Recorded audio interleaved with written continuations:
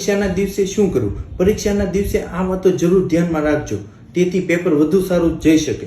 પરીક્ષાનો દિવસ આવે એટલે ઘણા વિદ્યાર્થી ગભરાય છે. ઘણું બધું વાંચેલું હોવા છતાં મન થોડી ગભરામણ અનુભવતું હોય છે.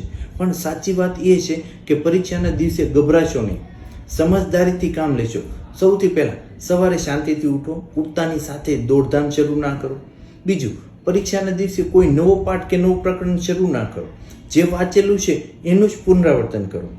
ત્રીજું, ઘરેથી નીકળતા પહેલાં તમારી જરૂરી વસ્તુ તપાસી લો, જેમ કે pen, pencil, admit card, rubber, scale વગેરે.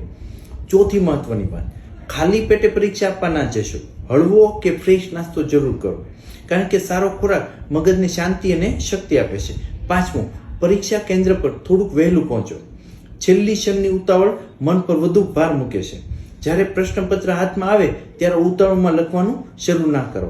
સૌ પ્રથમ એક લાંબો શ્વાસ લો, મનને શાંત કરો અને પછી આખું પ્રશ્નપત્ર એકવાર ધ્યાનથી વાંચો. જે પ્રશ્નો સરળ લાગે એ પહેલા ઉકેલો. આથી આત્મવિશ્વાસ વધે છે અને પછી મુશ્કેલ પ્રશ્નો પણ સારી રીતના થઈ જાય છે.